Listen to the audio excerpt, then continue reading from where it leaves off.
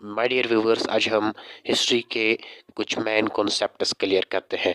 सबसे पहले हिस्ट्री में हमने आपको बताया था एंशंट, मेडिवल और मॉडर्न आते हैं। ये तीन पीरियड्स होते हैं। तो जो एंशंट हिस्ट्री है या एंशंट पीरियड है, ये भी तीन हिस्सों में डिवाइड किया गया है। तो वो है pre history, proto history and historic period या हिस्टोरिक हिस्ट्री भी कह सकते हैं। तो जो प्री हिस्ट्री है, ये एक ऐसा पीरियड होता है या एक ऐसा पीरियड है जिसमें कोई भी रिटर्न रिकॉर्ड ना अवेलेबल है, ना आर्कियोलॉजिस्ट्स को मिलता है। तो तो हम ये कह सकते हैं कि जो प्री हिस्ट्री है, ये एक ऐसा पीरियड है जिसमें लोग जो है वो सिर्फ और सिर्फ हंटिंग एंड गैदरिंग पे जो है उनका ऑक्यूपेशन था। उनका वीज ऑफ लिविंग जो है वो ज़्यादातर यही था, हंटिंग एंड गैदरिंग। वो शिकार करते थे और चीज़ों को जमा करते थे। और उनका कोई परमानेंट हाउस नहीं था। वो ज़्यादातर केव्स में रहते थे, या या वो ओपन स्पेसेस में ज़्यादा रहते थे। तो ये प्री हिस्ट्री का जो दौर है, जो पीरियड है, इसमें हमें कोई भी रिटर्न रिकॉर्ड नहीं मिलता है। तो इसी तरह अगर हम बात करेंगे प्रोटो हिस्ट्री की, तो प्रोटो हिस्ट्री भी एक ऐसा पीरियड था जिसमें लोग कंटिन्यूसली जो है हंटिंग एंड गैदरिंग कर रहे थे। बट वो थोड़ा सा डेवलप हो रहे थे। थोड़ा सा वो जहाँ पर वो केव्स में रहते थे, वो अब रहने लगे थे। यानी कि कुछ कच्चे ऐसे मकान बनाए।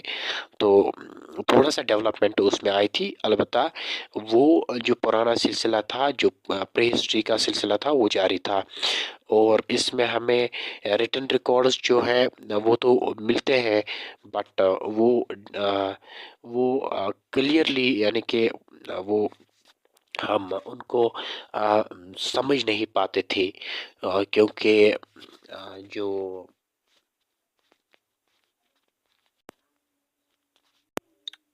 क्योंकि या तो उनकी लैंग्वेज जो है वो ऐसी थी, उनके जो लैंग्वेज थे, जैसे कि हमें वहाँ पर कोई जो हमें रिटन रिकॉर्ड मिलता है, जैसे जो हमें सील्स मिलते हैं या कुछ ऐसे रिटन एविडेंसेस मिलते हैं, तो उनकी हमें ये नहीं पता चलता था कि ये लिखा क्या गया है, क्योंकि उनके पीछे कोई ऐसी कीज नहीं थे जिनसे हमें ये समझ में आता इसका का कहना क्या है या इसका मतलब क्या हो सकता था, ये किस लिए यूज होता था। तो इसीलिए वो क्लियरली वो डिसिपर्ड नहीं थे।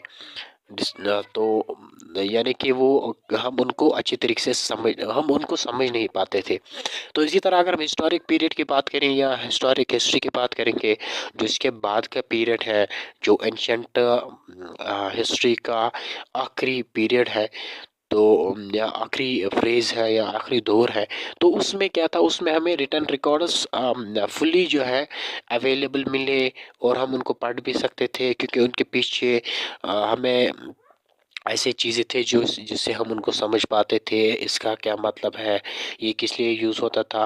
तो हमें रिटन रिकॉर्ड्स फुली जो है अवेलेबल मिलते थे। तो ये एक ऐसा पीरियड था। और लोग भी जो है वो फुली डेवलप हुए। वो उन्होंने जहाँ पर वो कच्चे मकानों में रहते थे, तो वो अब इस पीरियड में रहने लगे।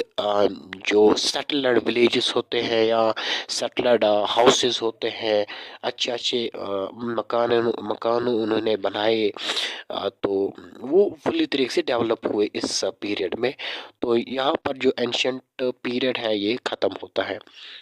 तो आज हमने पढ़ा एंशंट जो हिस्ट्री है, इसमें जो तीन फ्रेजेस हैं, किस तरह से लोग जो है आहिस्ता आहिस्ता डेवलप हुए और किस तरह से आर्कियोलॉजिस्ट जो है किस जगह पर क्या क्या, किस फ्रेज में उनको क्या क्या मिलता है। और तो ये थी एंशंट हिस्ट्री का थोड़े से बेसिक कॉन्सेप्ट्स। उम्मीद है आपको ये क्लियर हो चुके होंगे। तो अगर हमें कभी भी अब आएगा कोई क्वेश्चन आएगा कि प्रीहिस्ट्री हो क्या है, हम ये भी लिख सकते हैं कि prehistory is the period of ancient history when people lived by hunting gathering and no written records were available. इसी तरह अगर हमें प्रोटो हिस्ट्री की बात कही जाएगी कि प्रोटो हिस्ट्री क्या होता है, हम ये लिख सकते हैं कि proto history is the period of ancient history in which written records are limited and people continued hunting and gathering along with early settlements। या हिस्टोरिक पीरियड या हिस्ट्री की बात की जाएगी तो हम उसमें लिख सकते हैं कि historic history is period of ancient history in which written records are fully readable and understandable and people lived in settled villages with agriculture and domestication of animals। तो जो हिस्टोरिक हिस्ट्री है इसमें लोग जो है एग्रीकल्चर भी करने लगे, और जो डोमेस्टिकेशन है, एनिमल्स जो होते हैं उनकी डोमेस्टिकेशन वो भी वो करने लगे।